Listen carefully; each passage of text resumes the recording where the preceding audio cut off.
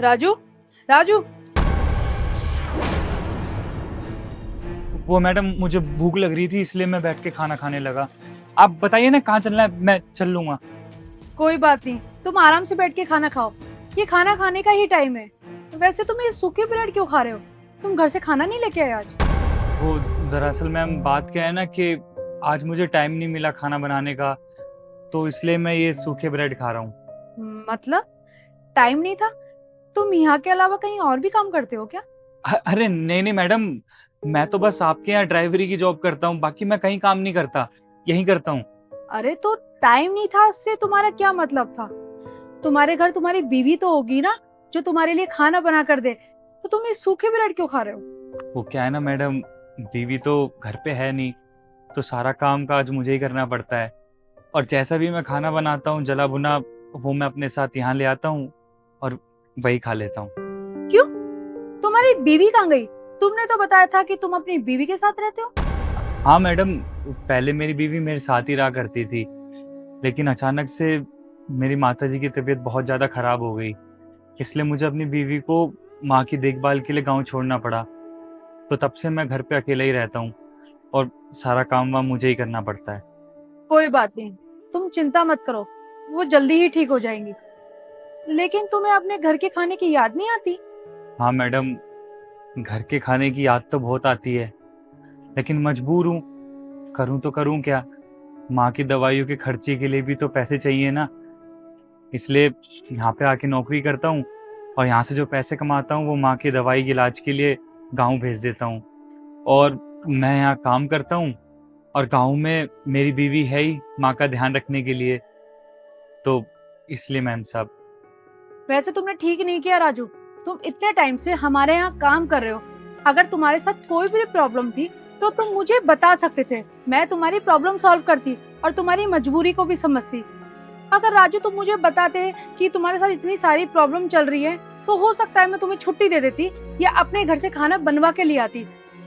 और तुम जमीन में बैठ के खाना खा रहे हो, ऑफिस के बाहर ऐसे। ऑफिस के अंदर एसी में बैठ के खाना खा लेते, गाड़ी में खा लेते, ऐसे अच्छा थोड़ी ना लगता है। अरे नहीं नहीं मैम साहब, इसकी कोई ज़रूरत नहीं है, आपने इतना बोल दिया मेरे लिए वही काफ़ी है। वैसे आप बताइए कहाँ चलना है, मैं चलने के लिए तैयार हूँ, बताइए आप।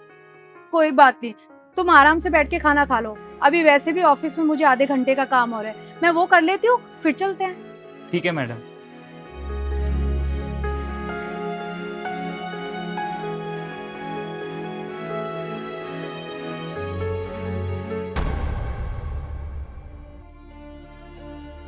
चलो, खाना तो मैंने खा लिया, एक काम करता हूँ मैडम को कॉल कर देता हूँ। हेलो। ये लीजिए भैया, ये मैडम ने भिजवाया है। मेरे लिए भिजवाया है, लेकिन क्या है इसके अंदर? वो तो मुझे नहीं पता, आप खुद ही खोल के देख लो। ठीक है। ठीक है, मैं चलता हूँ। जी भैया।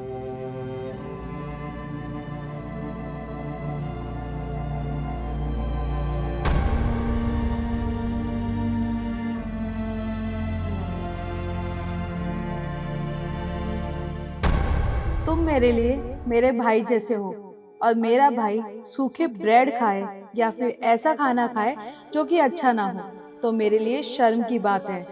और हाँ, जानती हूँ कि तुम ये सोचोगे कि ये लंच बॉक्स तुम्हें रखना चाहिए या नहीं। तो मेरी बात मानो, चुपचाप से ये लंच बॉक्स रख लो, ठीक है? क्योंकि बहन के हाथ से प्यार से दिया गया खाना कभी मना नहीं करना चाहिए। और हाँ, अगली बार से मैं रोजाना तुम्हारे लिए लंच बॉक्स लेकर आया करूंगी।